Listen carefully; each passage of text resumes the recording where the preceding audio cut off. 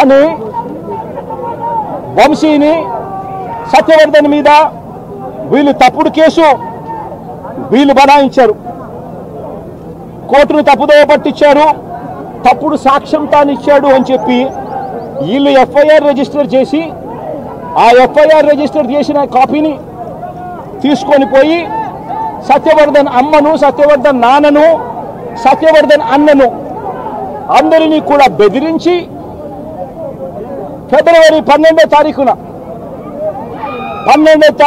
తారీఖున సత్యవర్ధన్ అన్న దగ్గర నుంచి ఒక తప్పుడు కేసు వాళ్ళ అన్నతో పెట్టించారు. ఏమని పెట్టించారు? ఈ వ్యక్తి సత్యవర్ధన్ అనే వ్యక్తిని కిడ్నాప్ చేసుకొని పోయారట. అది ఎవడో చూశాడట. ఆ మనిషి దగ్గర 20,000 రూపాయలు, సత్యవర్ధన్ అనే వ్యక్తి దగ్గర 20,000 డబ్బు ఉంటే ఆ డబ్బులు కూడా లాక్కున్నారట. లాక్కొని కిడ్నాప్ చేసుకొని పోయారట అని తప్పుడు కేసు.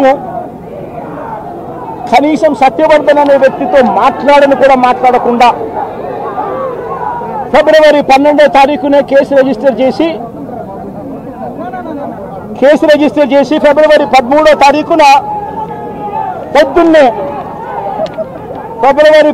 తారీఖున పొద్దున్నే వంశీని అరెస్ట్ చేశారు. సత్యవర్ధన్ దగ్గర నుంచి స్టేట్మెంట్ వీళ్ళు తీసుకునింది 13వ తేదీ సాయంత్రం, 13వ తేదీ రాత్రి, 13వ తేదీ సాయంత్రం.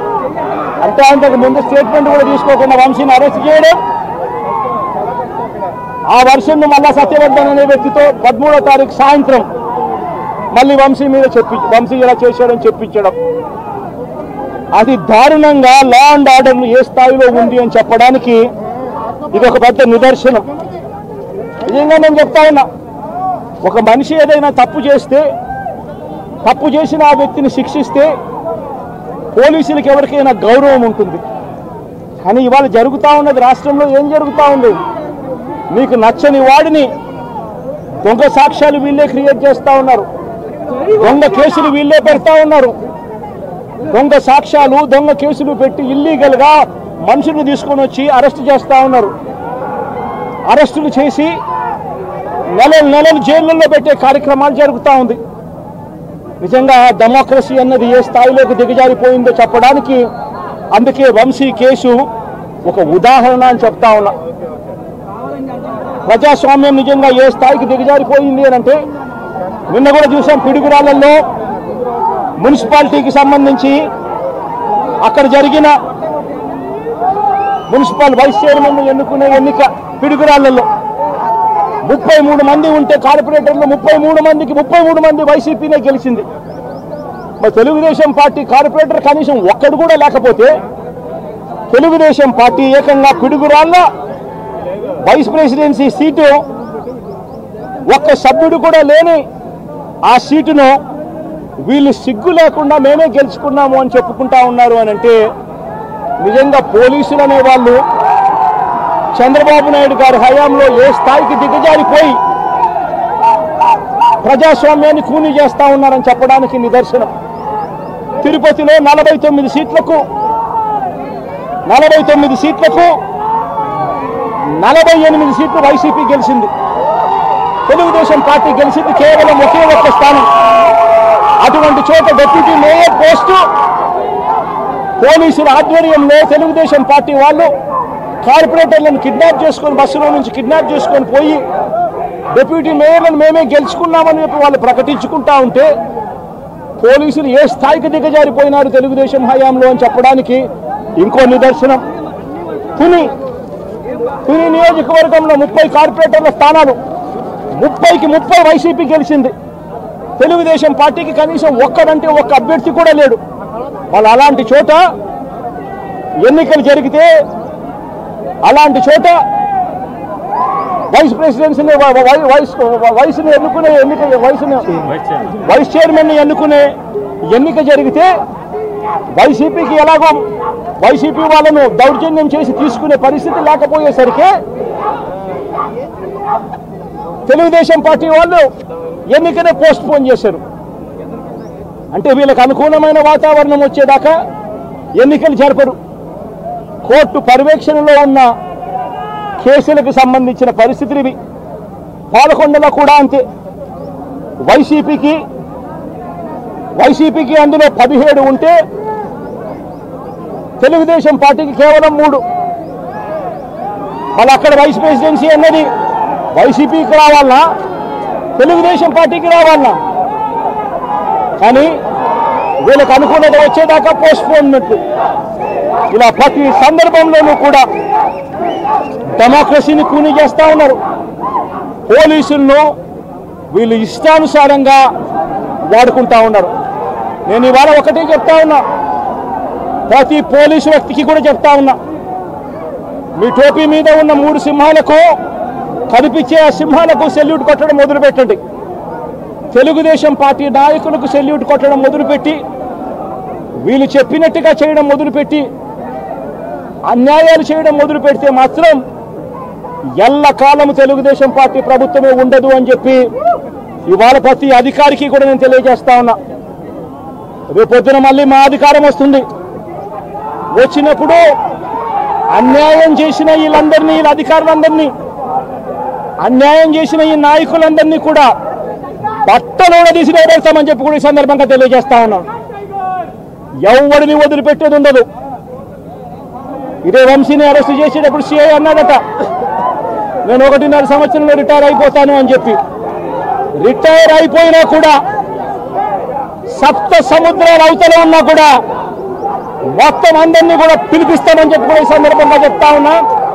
చట్టం మీద నిలబడేట్టుగా చేస్తాం, భక్తులు ఊడదీస్తాం, న్యాయం జరిగేట్టుగా చేస్తాం అని ప్రతి ఒక్కరికి కూడా తెలియజేస్తా ఉన్నాం. ఈ మాదిరిగా అన్యాయం చేయడం మొదలు పెడితే మాత్రం ఖచ్చితంగా ప్రజలు, దేవుడు ఇద్దరు కూడా వీళ్ళని శిక్షించే కార్యక్రమం ఖచ్చితంగా జరుగుతుందని చెప్పి సందర్భంగా మరొక్కసారి వీళ్ళందరికీ కూడా చెప్తా ఉన్నాం. అన్యాయంలో భాగస్వాములు కావద్దండి. మీ టోపీ మీద ఉన్న సింహాలను గౌరవించండి, వాటికి సెల్యూట్ కొట్టండి, మీ వ్యక్తిత్వాన్ని కాపాడుకోండి అని చెప్పి ఈ ప్రతి అధికారికి కూడా ఈ సందర్భంగా తెలియజేస్తాం. సెలెక్టివ్గా కొంతమంది లీడర్స్ ని టార్గెట్ చేసి అరెస్ట్ చేస్తూ ఉన్నారు.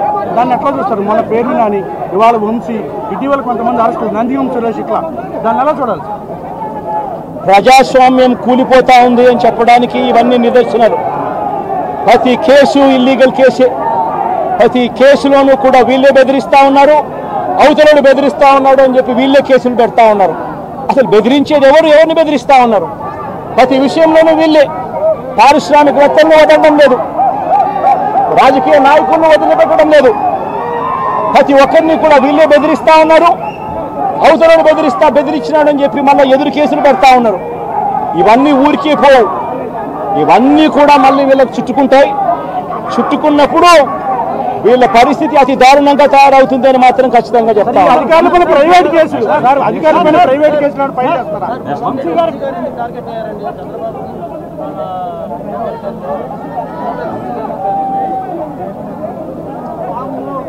వంశీని ఎందుకు టార్గెట్ చేస్తా ఉన్నారు అనేది చంద్రబాబు నాయుడు గారికి వంశీని చూస్తే తన సామాజిక వర్గం నుంచి ఒక వ్యక్తి ఎదుగుతున్నాడు.